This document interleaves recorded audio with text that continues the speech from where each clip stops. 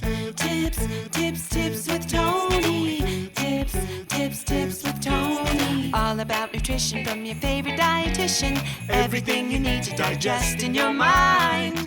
Tips with Toni. Tips with Toni. Making you healthier one bite at a time. Tip with Toni. Woo.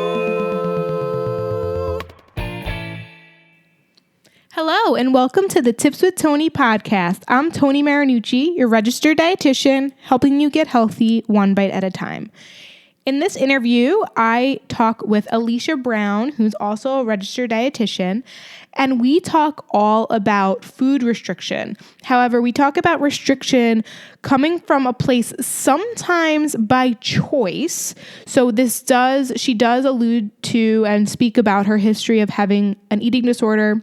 So if you do have an eating disorder, I would caution you when you listen, it might trigger you in some way.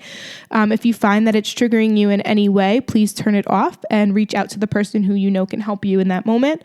And then we also talk about restriction when it's not your choice, when you're diagnosed with a disease, an autoimmune disease, or a chronic illness, something that makes you restrict your intake and almost leaves you to not have that choice. And how do you deal with it? It's a wonderful episode. I'm so excited for you to hear it. We talk about blood testing and if it is in fact accurate or not, to get a blood test to see if you have a food allergy or sensitivity. I really, really think you're going to love this episode. Without further ado, here's the interview. Hi, Alicia. Hi, Toni. How are you today? I'm great. How are you? Fantastic. Thanks for having me on your podcast. My pleasure. First question always is, or rather a statement, and then you respond. Please introduce yourself by sharing who you are, what you do, and why you do what you do. Love it. Yes. Hey, I'm Alicia Brown. I'm a registered dietitian. I work with clients one-on-one on empowering them through food, through their body to achieve the life they've never imagined. And so it's really navigating the food scene to keep it, as we were talking about before the podcast, right? More fun, less mental in terms of food, and then also accepting and loving our bodies as they are, right? So we can live our fullest life possible. So food, body, life in that order is my mantra. And so I work one-on-one with women so that they can live that life without having their food or their body get in the way of that. Mm-hmm. Yeah, and I'm just here hanging out in Green Bay, Wisconsin. Yeah. Woo! Where'd that go? Right.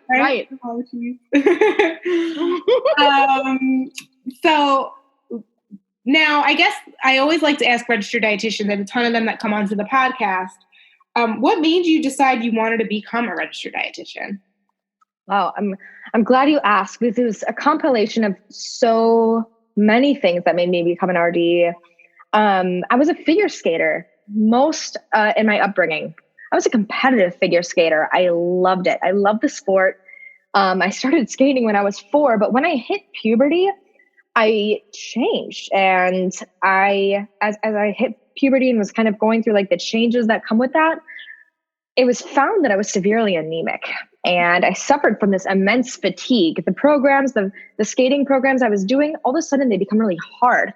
And in school, as I was studying, I just became like really easily like distracted, very not into it, almost appearing lazy, right? But at the same time, my hair started falling out. I was very pale.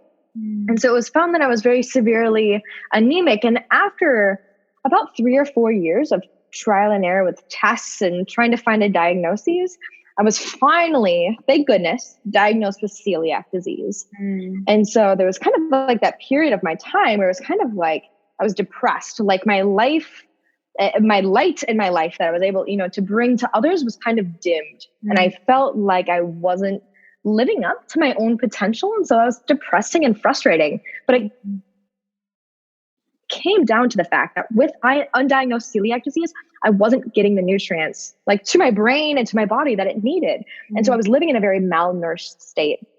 So bringing that full circle, coming from malnourishment to finally nourishment after living the gluten-free lifestyle, I like found myself again. It was like the sun came out, right? The sun came out.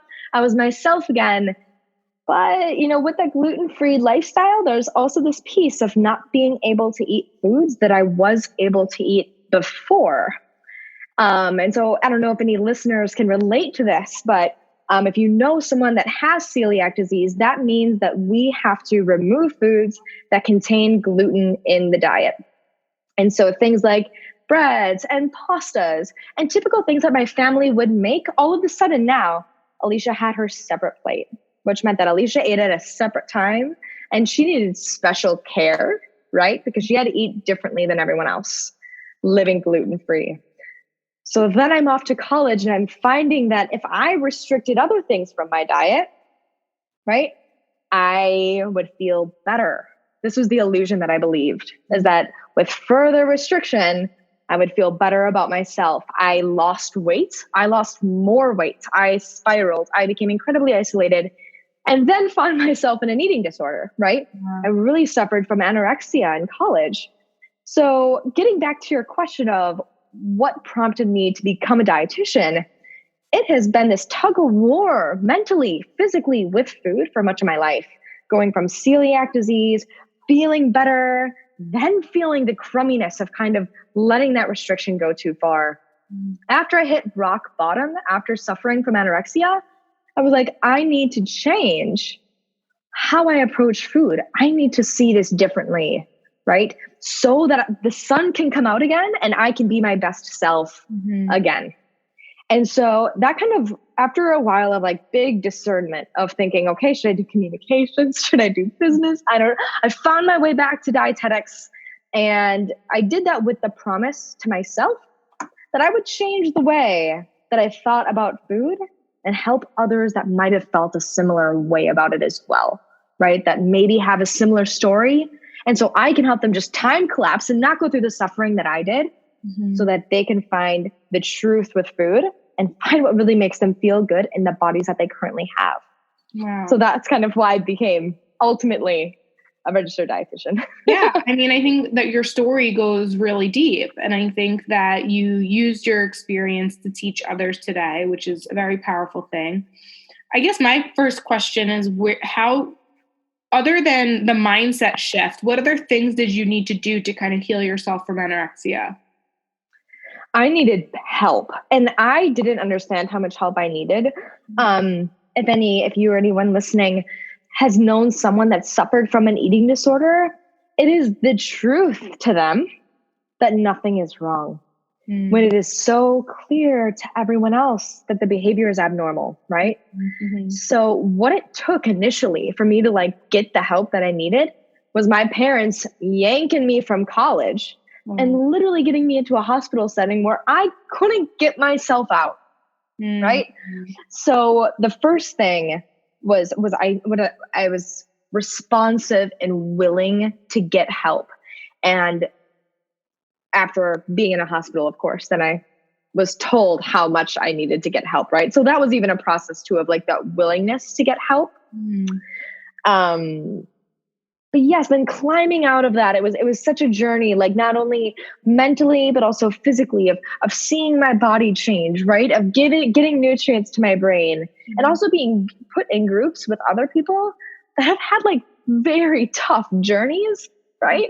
And hearing their stories and seeing how many years that they've battled, I was really inspired to overcome this. I was like, I came out of victim mode and I was in like a responsibility mode of like, I have to get over this now and I have to change this dynamic.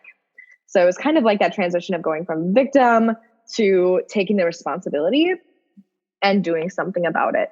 So yeah, does that answer your question? Yeah, 100%. And I think it's the interesting part to that is it really was one, being open to change, and then two, choosing to change. So you have to create awareness. I mean, this is exactly what we teach our clients, right? Create the awareness and then take responsibility and stop blaming others or the situation and take radical responsibility for yourself. And I think that's powerful. Then obviously the support, being around the right sort of people to help you through it.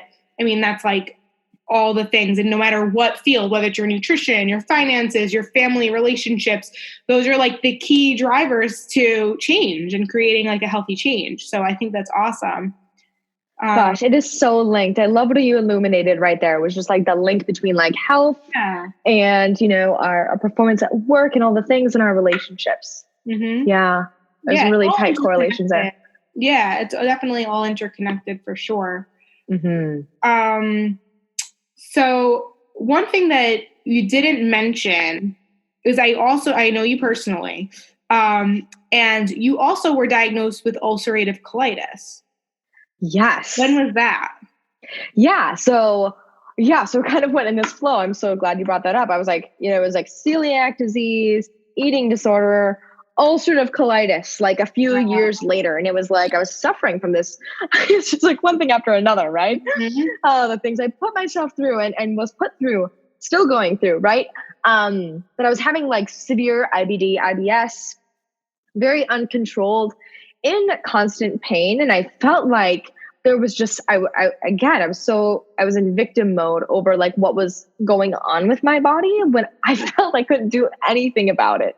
Didn't matter like what I ate. I tried everything. I tried, you know, tonics, and I tried just cooking everything, and I tried the raw things. And it was like, everything was irritating to my colon, to the point where everything was just in and out. And it was painful and unpredictable, and it kept me from like living my life. Probably TMI for many of your listeners, but it was that's okay. Alicia's running to the bathroom at every second. So I decided I couldn't take it anymore, and again went to the hospital. And they did a colonoscopy to find that there was just severe inflammation and irritation in my colon. And so, yes, ulcerative colitis is by definition that inflammation, irritation in the colon, and it could be in the ascending, transverse, or descending colon, depending on the severity of it. So mine's in the ascending and the transverse, or I'm sorry, in the descending and the transverse, and it can spread. And it is chronic. I will have both celiac disease and ulcerative colitis for the rest of my life. And with that, I've gotten more knowledgeable as the years have gone on of how I can change my diet to kind of help me relieve my symptoms. But again, nutrition can only go so far, and I do rely on some medication to help me out with that as well. Yeah. And I think that that's a really great point to say, is I think a lot of times people are so one way or the other. It's like Western medicine or functional medicine. Oh, sorry. I just made a very loud noise, and I apologize. I'm trying to my sneakers are way too tight, and I had to take them off. Sorry for that minor interruption. All good.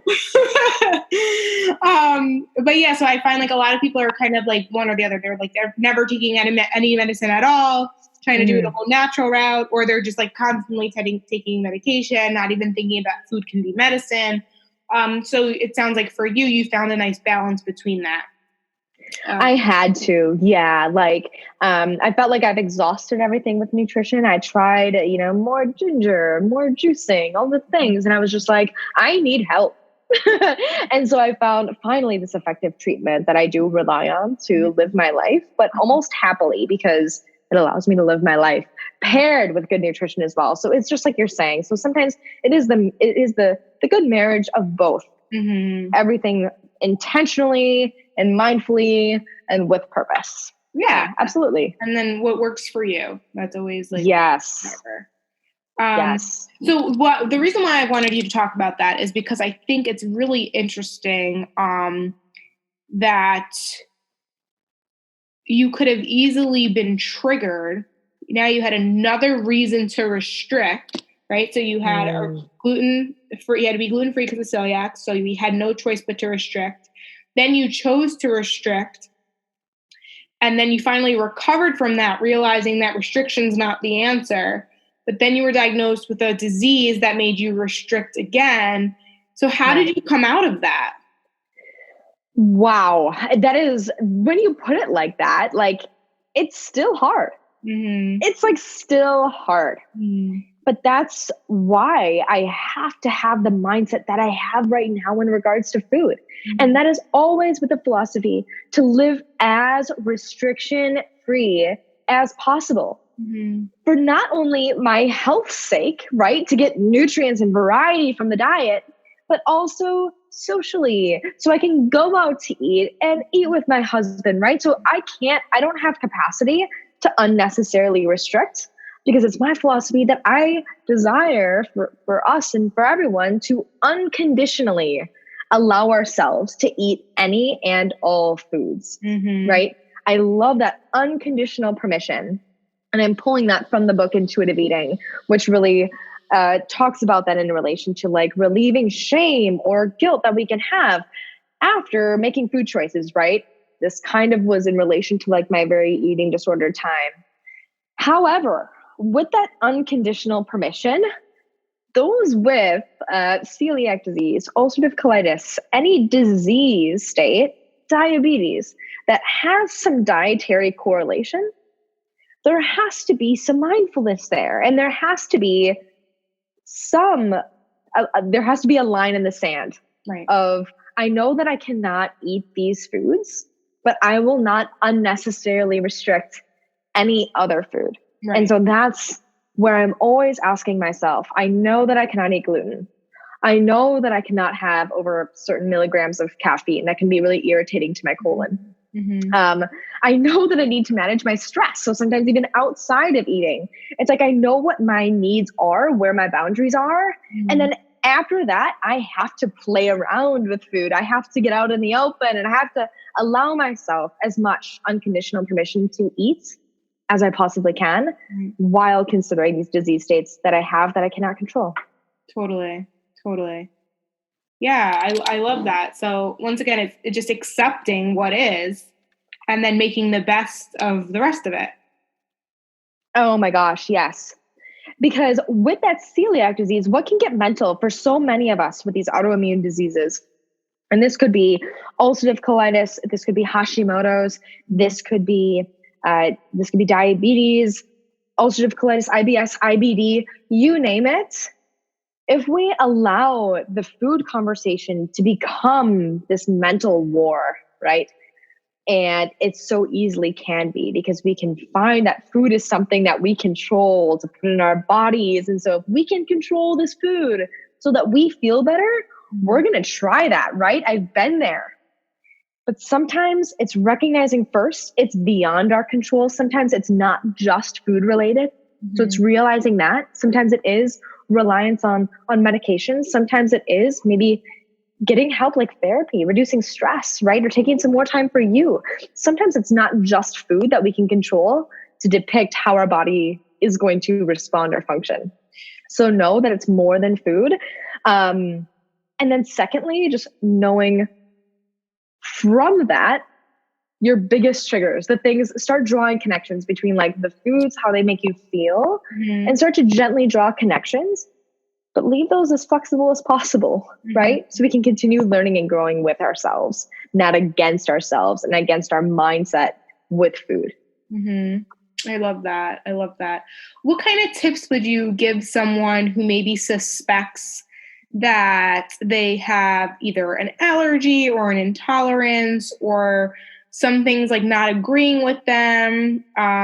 What kind of things do you usually like put in place with your clients to help them identify maybe some of those trigger foods? Yeah. First and foremost, if you feel like you want to explore that further, I would say work with a registered dietitian. Work with somebody.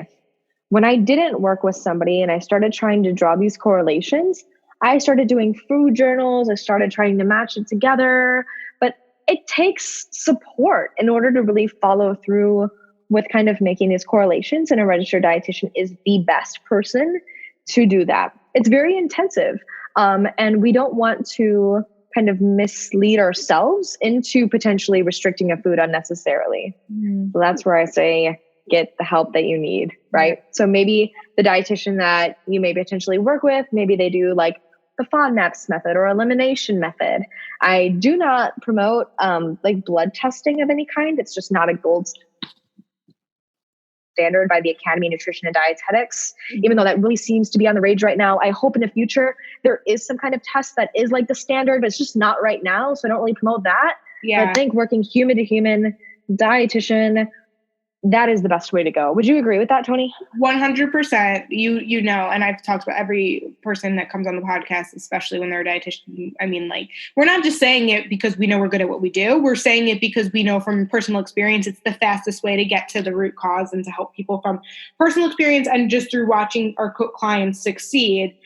In literally, I actually just signed on a new client who told me she's been in the diet cycle for the past 16 years. Like, she didn't realize it was 16 years. I said, when did this start for you? She said, 18. I said, how old are you? She said, 34. For 16 years, she's been in the diet cycle. And now we literally just started, but you know, my program's a minimum 6-month commitment. Within 6 months, we can break a cycle that she's been in for the past 16 years. So it's not only is it the best way, but it is the fastest way when working with a registered dietitian. Beyond that, I'm really happy that you just talked about the blood test. I'm so grateful that you just said that. I keep getting messages about it. People keep telling me they're taking it. It's like cute, but it's like they'll like message me like as excited, like I'm going for a blood test to see what I'm like allergic to, like blah blah blah. And I'm just like, that's great that you're trying to figure it out.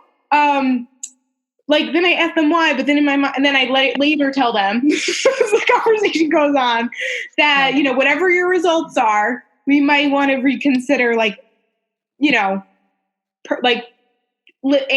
actually, like, paying attention to those answers and instead focus on how you feel when you eat certain foods. Oh my gosh. You bring up two incredible points that, like, I agree in all ways. Yes. I guess first I want to back up and say that, like, yes, I'm so glad that client reached out to you and is working for you, because that is a long time to be in that diet cycle that you and I both are just like trying to free people from. Yeah. So that's amazing. And the same thing can happen for us with kind of like these disease states that have nutrition correlations with them. And then the second thing about the blood test is you illuminate such an incredible thought. And that is that the blood test, because it's not a gold standard, they can put on a mindset of unnecessary restriction. Mm-hmm. So it's like, here we are, we're seeing this list of very nutritious foods that maybe we were in, like, and I usually see it as like green, yellow, red. Yep. So maybe I'm like in the red section for like broccoli and chicken, but you've ate broccoli and chicken your whole life, right? So, you know, I'm so wishy-washy about that. And I'm always coming from the place of like, if we have to restrict, we must really have to from a disease state standpoint, right? Or else, you know, this can get mental. Totally. So I super love where you're coming from with that. Yeah. And so just actually, I'm really like, yeah, let's talk about blood tests for a minute. So one, it's not the gold standard because basically if you eat a lot of eggs, chances are you're going to have the antibodies that are going to show up in the blood and it's going to put you in the red zone for eggs, but you've been eating eggs and you have no issue. So just because the blood test tells you that you should avoid it, but you feel completely fine with no symptoms, no bloating, no fatigue, nothing when you have eggs, like there's no point in restricting it. The other part to that is one of the people I was talking to that told me she was doing the blood test. I said, what are you doing it for? And she says, I think that I'm really sensitive to gluten. Whenever I eat it, I feel really like I have brain fog. I have a lot of bloating. I just feel really sluggish and like kind of puffy. And I was like, and she's like, so I haven't eaten gluten in like a few months. So I'm going to get the blood test just to verify. So I said, well, I was like, so that's great. Like all that, blah, blah, blah. I was like, but if you know you don't feel well when you eat it and you feel better from not eating it, do we need a blood test to verify that you might be better from limiting it? You don't have to restrict it unless you go and find out you have celiac disease, right? Because there's maybe we should talk about this next, like gluten sensitivity versus gluten allergy. Yeah. But like you kind of already know, and maybe it's just hard to swallow the fact that some people, you experience when you first were told you have celiac, like you don't want to give up the things that you know are part of your social life, which are like pizza and pasta and like all the easy go-to. But like, if that's the one thing you've restricted, the only change you've made to your diet, and you feel better, what do you need a test for? Where that test is just going to come back and tell you that you have all these other allergens that you probably are fine consuming. Yeah, you bring up a really great point there. And I love that it comes back to this point that, your body is the best determinant. Mm-hmm. So like the validation coming from a test is great. And in some cases we need that, like I'm going to get to in just a moment. But yeah, if you notice you are feeling better, that's an answer. Mm-hmm. And you can trust that. So like just trusting the body and how it feels. In my practice, that's like one of the core beliefs, is just building that trust with the body and really saying that it's okay, to eat these foods if they do truly elicit this response of this food is giving us energy rather than taking our energy. So if we notice that we're eating these foods and we're feeling really great, that's the answers that we need. And sometimes also just bringing it in perspective, like how are other things in my life? Stress is going to impact our digestion, right? So our relationships, our work, everything else. However, having celiac disease, my life would be completely different if I did not get that test. One thing with celiac disease is if I were to have omitted gluten from the diet and then after some time gotten that test, I might get a false negative. Correct. Because my body would have repaired itself. My small intestine, where the damage is occurring, would have repaired itself.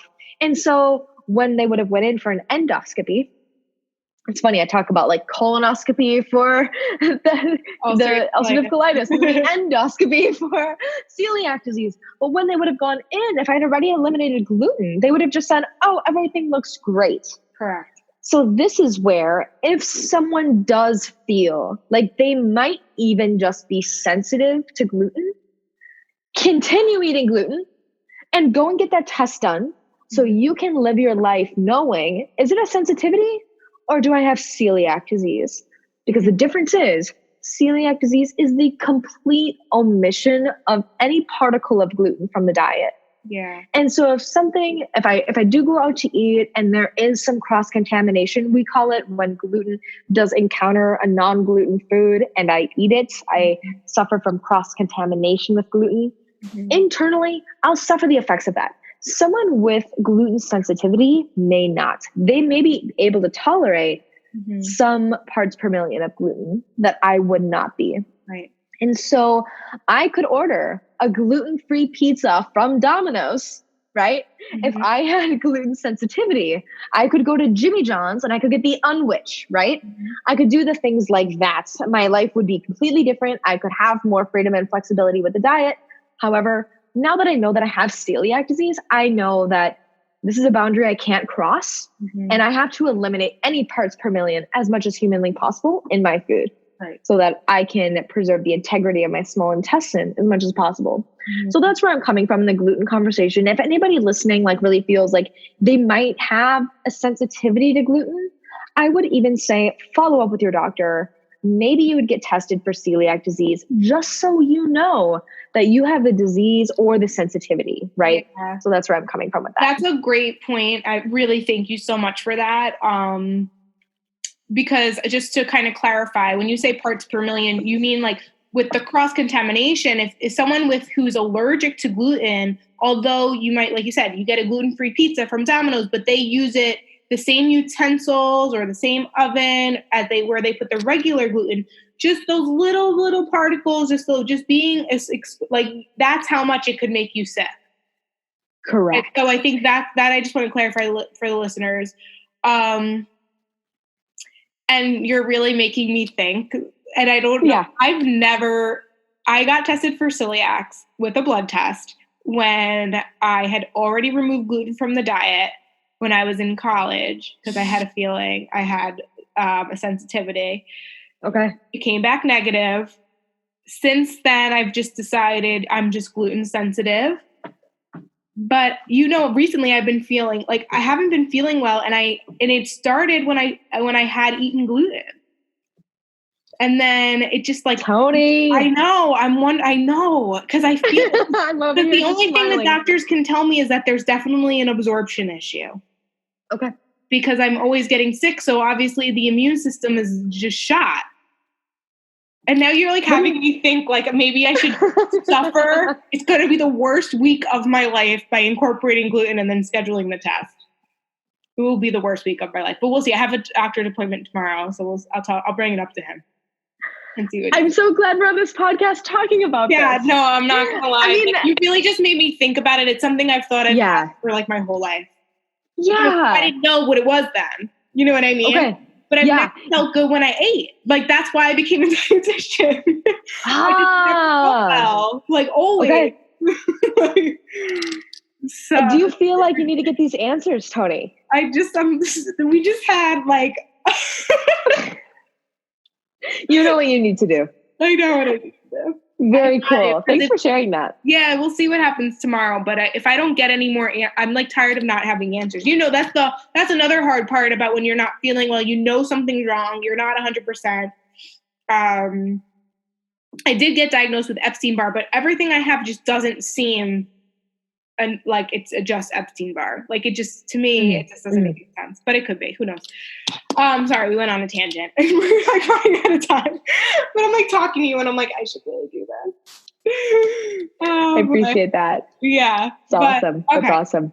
Anyways, so this has been great. We talked about blood tests. We talked about celiacs. We talked about ulcerative colitis. We talked about you recovering from your eating disorder. So I guess the last question I kind of have before we can wrap up, or if there's anything else you want to add, you talk a lot about limiting the restrictions. So I guess we talked about how to identify what to restrict. So how would you tell someone to even start embracing all foods without also feeling out of control, which then they eat all the, you know what I mean? Like, how do you find that balance and ending the restriction? I love it. So it's like this question of like, Alicia, you're saying allow myself unconditional permission to eat any and all foods besides the ones I knowingly have to be mindful of because of disease conditions we talked about. How do I allow myself to eat any and all foods? I often get the response of like, oh my God, I would eat like a Snickers bar, like 3 of them every day. I would have pizza every day of my life. And the truth is we wouldn't, because as you said before, it's like our body houses the response and the answers. So that body feedback is everything. So when we have this kind of like this freedom of like, oh my gosh, I would have like almond joys all the time. And I mean, one of my favorite treats is like the little Swedish fish. Oh my God, I would have like Swedish fish all the time. The truth is you wouldn't. The more that we allow that freedom for ourselves, the more the novelty of those foods decreases. So say that like, oh my gosh, you never eat bread. This is very common right now with the ketogenic diet, right? Oh God, so I'm restricting bread. Everyone and anything. Right. Right. It's like this bread is now the enemy. But however, like when you go to the Olive Garden and those breadsticks are there, all of a sudden that is like the best thing ever. You're socially with your friends. We're 3 breadsticks down and you're kind of not feeling great. So it kind of breeds this all or nothing mentality with foods when we restrict. And then by restricting, we increase the novelty or like the, oh my gosh, I would love that of those foods that we are not allowing ourselves to have. And so by giving ourselves unconditional permission to eat any and all foods, it puts all foods on this level playing field. So like, heck, I could have I had Ruffles chips in the cabinet, right? So for lunch today, I was like, tomato soup, Ruffles chips, cute, right? Like they're on the same playing field. I don't have to restrict anything to feel like I can't have it for myself, because that kind of breeds this kind of diet mentality that I'm hoping I can help my clients, and I do help detach from, right? So that we can just make food choices based on what we want and how we feel, because that how I feel is the response, right? And I feel still pretty darn good after having the Ruffles strips. I'm cool with that, right? So this is not the end all be all. Yeah, and because you gave yourself permission, you don't feel like you have to like scarf it down, and you can just truly enjoy it, which I did want to talk about because we pushed back the time of recording because we both realized it was way too late. We both hadn't eaten lunch. And so I texted you and I'm like, hey, give me like 15 more minutes, like I'm about to eat lunch, and you're like, oh my God, me too. That was awesome. We know, because for one thing, the reason why I actually said that is because one time you actually were a guest on my Instagram live, and I loved one thing you said was about like, if you're going to have something like a donut or ice cream or chips, let's say, really enjoy it, slow down while you eat it, and don't feel like you have to hide it and scarf it down. And so whether you're eating a meal or whether you're having something indulgent, I think the idea of kind of being present and not rushing while you eat is like so helpful. Oh my gosh. Hey, like we love food, right? Like everyone I see, like they say, I love food. Well, oh my gosh, well then treat it like you love it. Like treat it like you love it. Like you want to create an experience with it. Thanks for taking that away from our Facebook or from our Instagram live. Oh my God, I use it all the time. Truths. It's awesome. I really appreciate that. It's definitely something that like I even remind myself sometimes. Yeah. And we need to create that time and that space. I'm so glad that we both just said, hey, we're going to postpone this podcast 5 minutes. We're going to just eat and enjoy, reconnect so we can show up fully for this bomb podcast. Totally, which I think has been amazing. I want to be mindful of your time. Is there anything else that you want to add before I ask you like where people can find you and all that stuff? Is there anything we didn't talk about today that you wanted to make sure we spoke about? Yeah, I guess like the final word that I would say, just like kind of bringing it back to living with restrictions, is be gentle with yourself. Be gentle with where you're at. Accept where you are is exactly where you need to be. These disease states, maybe we can explain them. I don't know why I have celiac disease. I don't know why I can't have, beer at the tailgate with all the other Packer fans I'm with, right? But however, like once we accept that and get in touch and in terms of like what our body needs, then we're the queens, right? Like then we've got it all. So allow yourself to have free reign over whatever you can in your empire in regards to food, and just be mindful and respectful of this is just how my body is, and I accept it and love it just the way that it is with the disease states that I have, so I can live my fullest life possible. So I'll just end it on that note. Perfectly noted. I love you so much. I just love your mission, everything you stand for. It's really, I love knowing that there's registered dietitians like you out there. So thank you for what you do. Ditto, my friends. Ditto. Seriously. With that being said, where can people find you so they can connect to you and stay in touch? Yes, Alicia Brown, RDN on Instagram. It's ALICIA, Brown, like the color, RDN, Registered Dietitian Nutritionist. We say this all the time on Instagram. I'm on there all the time, hanging out. So if you related to this podcast, send me a DM. I'm on there all the time. Also on Facebook. So feel free to reach out. Yeah, I'll definitely put your Instagram in the show notes so people can directly link to you, connect with you there. Wonderful. Thank you so much for coming on. Thank you. And I look forward to chatting with you soon. XOXO, Toni. Appreciate you. Bye. Wow. Was that not another incredible episode? If you enjoyed it, if you learned something, if it inspired you in any way, please let us know. Screenshot the episode, share it on your story, tag me, tag Alicia on Instagram or Facebook. If you have any questions at all, please don't hesitate to reach out to Alicia or email me, tipswithtoni@gmail.com. I really hope you guys are enjoying this episode. If you're not already subscribed to the Tips with Toni podcast, please subscribe, write a positive review, give it a 5-star rating. It allows other people to find the podcast and will notify you when a new episode comes out every Monday and every Wednesday. As always, thank you so much for listening. I'm Toni Marinucci, your registered dietitian, helping you get healthy one bite at a time.